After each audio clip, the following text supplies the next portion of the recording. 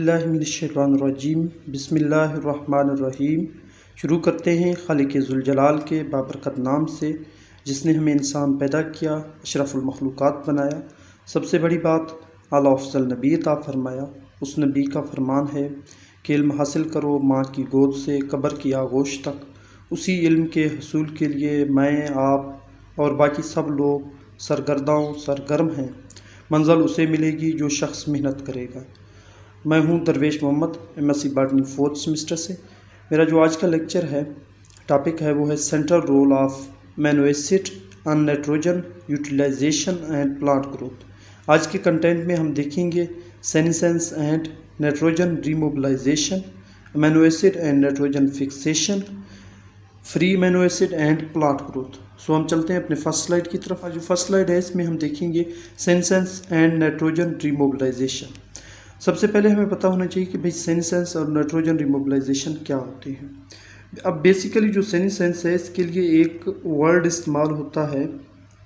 क्या इस्तेमाल होता है? एक वर्ड इस्तेमाल होता है एजिंग, जिसका मतलब होता है उम्र का बढ़ना। ठीक है। अब अगर इसकी हम वो देखें तो कहते हैं कि जो सेनेसेंस है बेसिकली वो है loss of cell power of division and growth. यानी कि जिस सेल में सेनेसेंस होता है, वो अपने जो उसका पावर होता है डिवीजन का और ग्रोथ का, वो क्या होता है? लॉस होता है। अब जो नाइट्रोजन रिमोबिलाइजेशन है, ये basically it is the determination of the total nitrogen present in different organ at different type of development. ये बेसिकली डिटर्मिनेशन है उस नाइट्रोजन की जो डिफरेंट आर्गन ने ड्यूरिंग ग्रोथ इस्तेमाल की है। ठीक है। सो हम चलते हैं अपने टॉपिक की तरफ। वो कहते हैं कि these both processes depend on nitrogen status of plant. कहता है कि ये जो दोनों प्रोसेस हैं, वो ये दोनों डिपेंड करते हैं नाइट्रोजन स्टेटस ऑफ प्लांट पे। किस चीज़ पे? Nitrogen status of plant.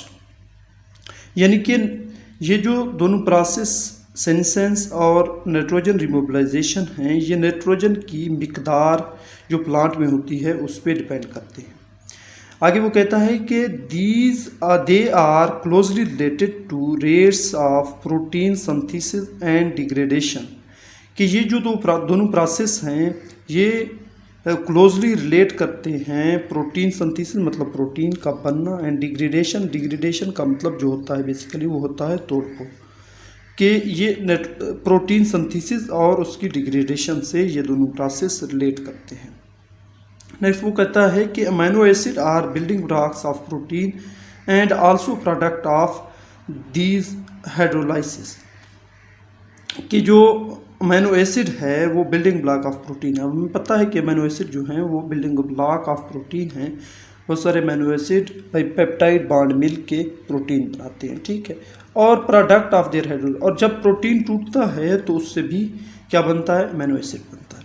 The leaf of wheat plant with high nitrogen supply showed the higher free amino acid concentration.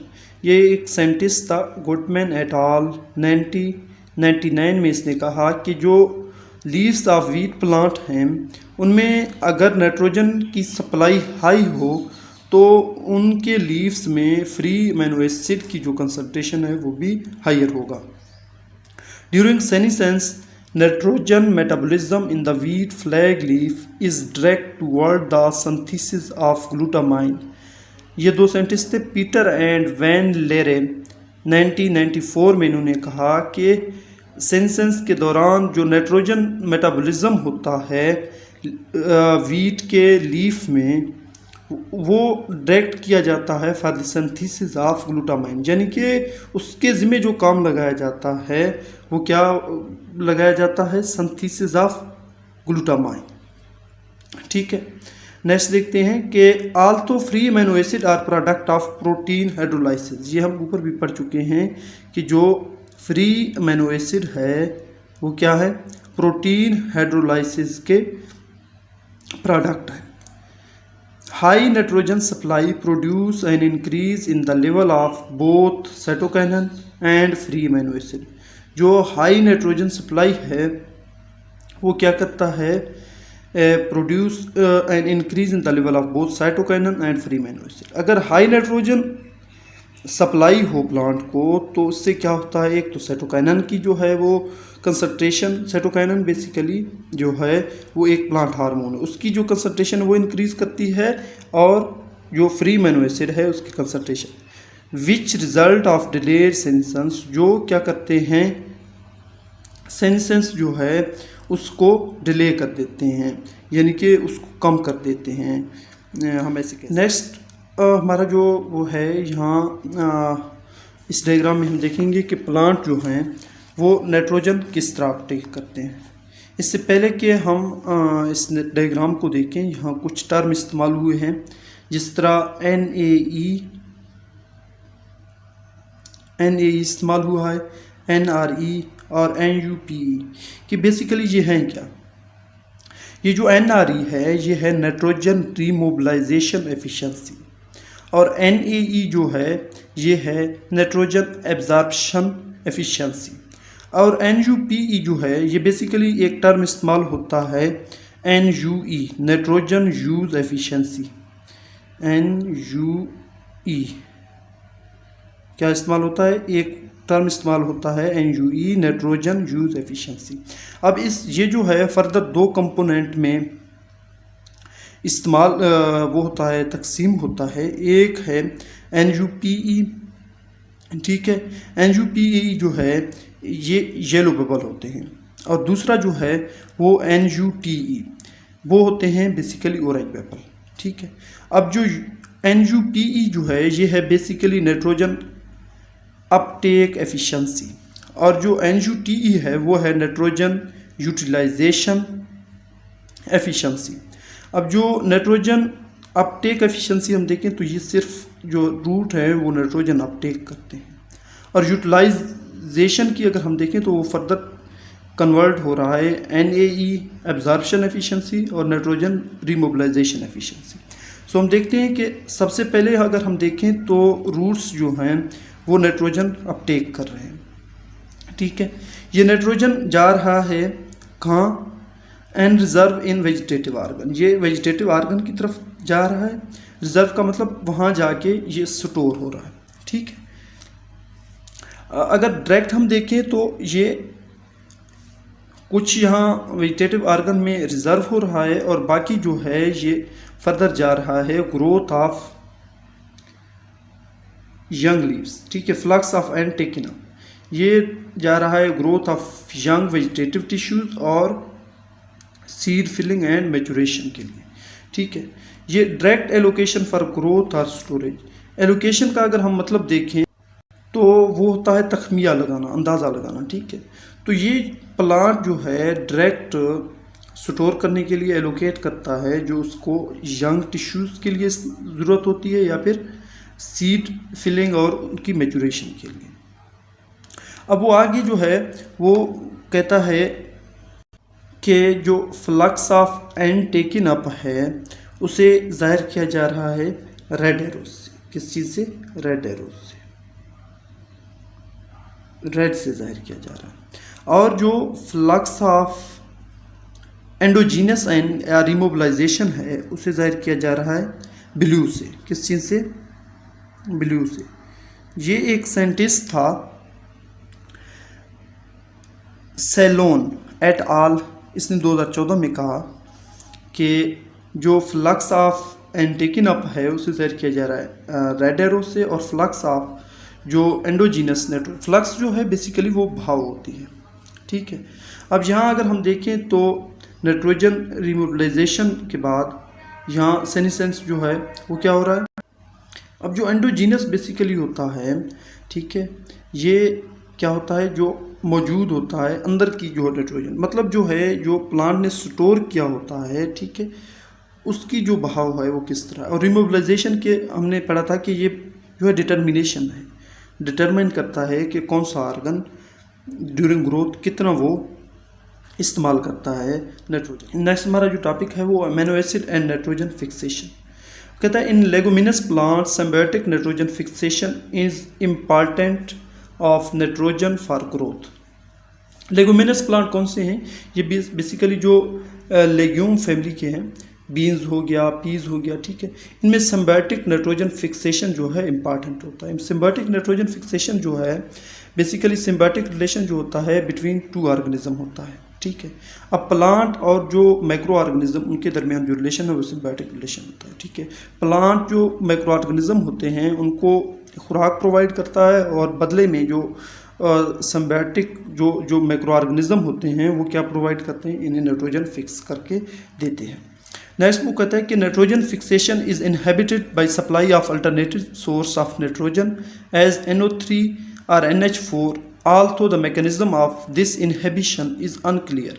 वैसे एंड वेटरर 1992 इन्होंने कहा कि जो नाइट्रोजन फिक्सेशन है वो इनहेबिट किया जाता है, उसे रोका जाता है by supplying alternate source of nitrogen. Alternate source of nitrogen कौन से हैं?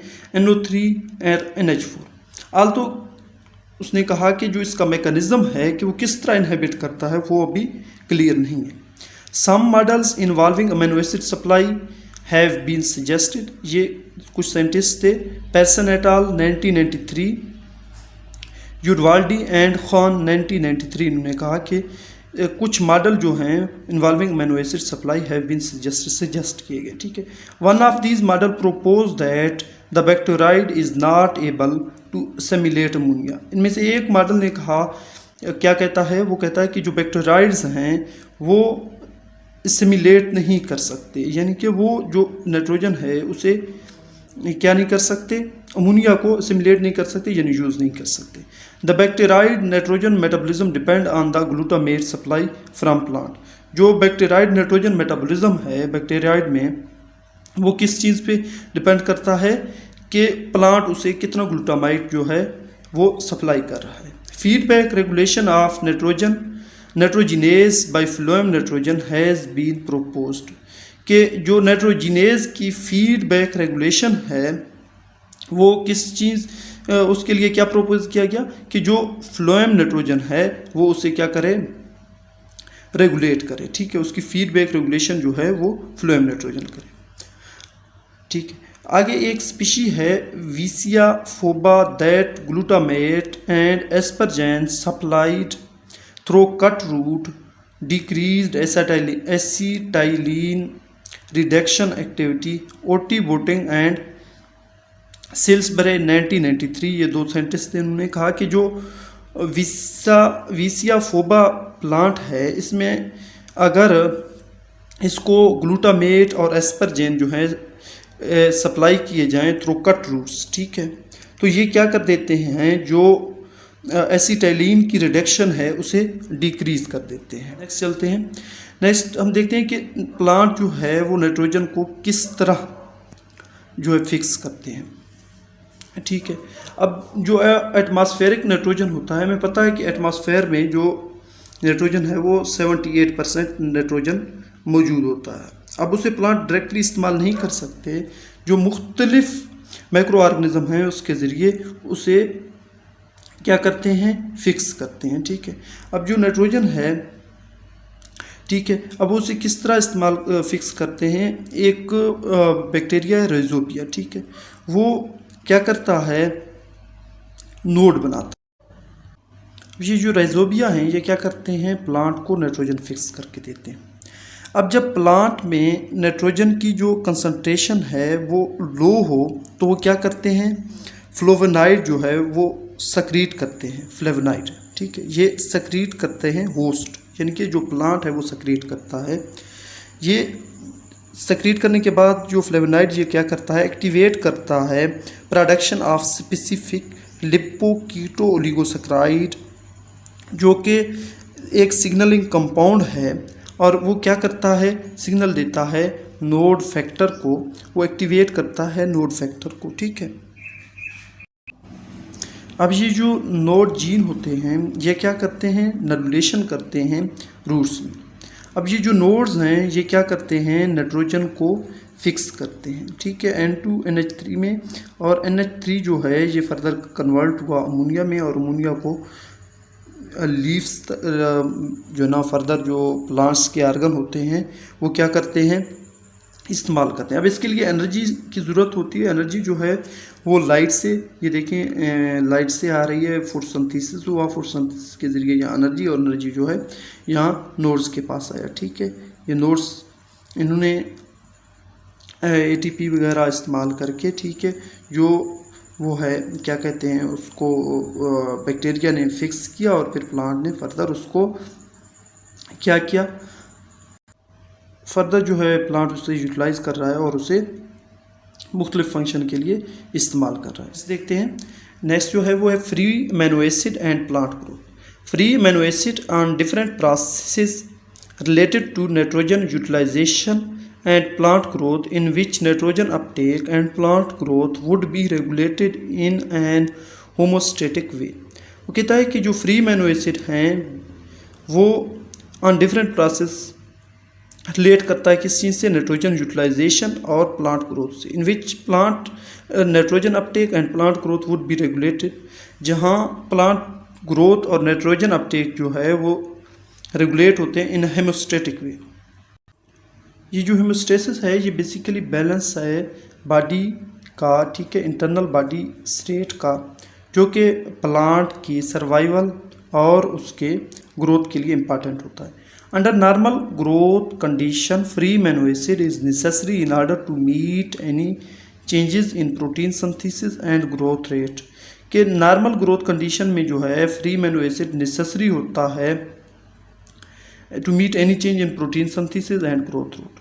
ठीक है, कि फ्री अमीनो एसिड जो है नॉर्मल कंडीशन में प्रोटीन सिंथेसिस में चेंजिंग और जो ग्रोथ रेट में आते हैं चेंजिंग, उनके लिए इम्पॉर्टेंट होता है। ठीक है, and increase in protein synthesis ratio produce a deletion of amino acid pool so that a higher nitrogen uptake rate would be induced. वो कहता है कि अगर प्रोटीन सिंथेसिस के रेशो में इंक्रीज हो तो अमीनो एसिड पूल जो है उसमें कमी होती है। अब हमें पता है कि जो प्रोटीन सिंथेसिस होती है वो अमीनो एसिड के ज़रिए होती है। अब जब अमीनो एसिड पूल में कमी आती है तो जो नाइट्रोजन है उसके अपटेक में इजाफा होता है। चूँकि हमें पता है कि जो अमीनो एसिड है वो डायरेक्टली डिपेंड करता है नाइट्रोजन पे। अगर नाइट्रोजन ज़्यादा होगा तो अमीनो एसिड ज़्यादा बनेंगे, अगर नाइट्रोजन कम होंगे तो अमीनो एसिड कम बनेंगे। ठीक है, a decrease of the growth rate by cause other than nitrogen deficiency would produce an accumulation of amino acid in cytoplasm. वो कहता है कि decrease of the growth rate by cause other than nitrogen deficiency would produce an accumulation of amino acid in cytoplasm, कि अगर growth rate में कमी आए other than nitrogen deficiency के अलावा किसी और फैक्टर की वजह से अगर ग्रोथ रेट में कमी आए तो वो क्या काज करता है, accumulation of amino acid in cytoplasm. ठीक है, under high nitrogen supply the amino acid concentration in the leaf cytoplasm would allow the export of amino acid to sink like growing leaves, fruit and the proteolysis rate would be maintained at a low level. वो कहता है कि अगर high nitrogen supply हो तो जो amino acid की concentration है लीफ साइटोप्लाज्म में वो अलाउ करता है to export amino acid toward sink, यानी कि ग्रोइंग लीव्स, फ्रूट, और इसके अलावा प्रोटियोलाइसिस जो है बेसिकली वो है ब्रेक डाउन ऑफ प्रोटीन, वो भी मेंटेन किया जाता है लो लेवल पे। A shortage in the N supply would decrease the amino acid concentration in the cytoplasm and thus depress the nitrogen uptake mechanism, कि अगर शार्टेज हो नाइट्रोजन सप्लाई में तो वो क्या करता है, डिक्रीज काज करता है अमीनो एसिड कंसंट्रेशन में जो कि साइटोप्लाज्म में होती है, और डिप्रेस करता है नाइट्रोजन अपटेक मैकेनिज्म को। अब हम देखते हैं कि जो अमीनो एसिड है उसके बेनिफिट्स क्या हैं। अमीनो एसिड बेसिकली जो है उसके कौन कौन से असर हैं प्लांट पे। ठीक है, फर्स्ट ऑफ ऑल जो है वो प्रोटीन सिंथेसिस में हेल्प करता है। ठीक है, नेक्स्ट जो है रेजिस्टेंट टू एबायोटिक स्ट्रेस। ठीक है, एबायोटिक स्ट्रेस कौन से हैं, जिस तरह टेम्परेचर हो गया, जिस तरह लाइट हो गया, वाटर स्ट्रेस हो गया। ठीक है, इस तरह के स्ट्रेस जो हैं इनके लिए जो अमीनो एसिड है वो रेजिस्टेंट के तौर पे। नेक्स्ट फोटोसिंथेसिस के लिए अमीनो एसिड इम्पॉर्टेंट होता है, ठीक है। न्यूट्रिशन एक्सचेंज के लिए, उसके अलावा जो फैटो हार्मोन हैं, मुख्तलिफ हार्मोन हैं उनके लिए, पोलिनेशन एंड फ्रूट फार्मेशन के लिए, ठीक है, वो इम्पॉर्टेंट होता है। पोलिनेशन जो फ्रूट फार्मेशन, मुख्तलिफ जो हार्मोन्स हैं वो अमीनो एसिड की वजह से बनते हैं, ठीक है, जो कि फर्दर पोलिनेशन और फ्रूट फार्मेशन के लिए। इंक्रीज मेच्योर रेशो, ठीक है, ये जो मेच्योर रेशो है, मेचुरेशन में जो है ज़्यादा हेल्प करता है। बेटर क्रॉप, अगर अमीनो एसिड जो है ज़्यादा हो प्लांट में तो बेटर क्रॉप जो है इससे बनता है। Amino acid effect on soil, के सॉइल पे इसके कौन से इफेक्ट है? Increase microbial activity, microbial activity जो है ज़मीन में उसे इंक्रीज़ करता है सॉइल में। Microbial balance in the soil, microbial balance जो है इससे वो होती है। अब जो अमीनो एसिड हैं वो प्लांट किस तरह ऑब्जर्व करते हैं? Directly observe into plant way leaf, stem and root. Leaf के ज़रिए, स्टेम के ज़रिए और रूट के ज़रिए। रूट्स के ज़रिए अमीनो एसिड जो है उसे हम खाद वगैरह की सूरत में देते हैं, और ऊपर जो है फोलियर एप्लीकेशन जो स्प्रे वगैरह है उसके ज़रिए हम अमीनो एसिड को जो ना वो करते हैं। अब यहाँ अगर हम देखें वो दिखा रहा है कि जो माइक्रोबियल एक्टिविटी है वो सॉइल में इंक्रीज़ हो रही है। अब अगर हम देखें यहाँ तो ये देखें, ये रूट्स के साथ सॉइल में जो है अमीनो एसिड की वजह से जो, ठीक है, माइक्रोबियल इफेक्ट है वो इंक्रीज़ हो रहा है। वो कह रहा है कि increase microbial activity makes soil amending effect. Amending अगर हम देखें तो तरमीम, यानी कि सॉइल का जो स्ट्रक्चर है, उसकी जो कंपोजिशन है, उसमें अगर न्यूट्रिशन जो है वो कम है, माइक्रोबियल एक्टिविटीज़ वो कम थे, तो अमीनो एसिड की वजह से उनमें तब्दीली आ गई, तरमीम आ गई, ठीक है। तो ये था हमारा आज का लेक्चर। किसी भी कन्फ्यूजन के लिए आप अपना क्वेश्चन कमेंट बॉक्स में टाइप कर सकते हैं, इंशाल्लाह आपको जवाब ज़रूर मिलेगा।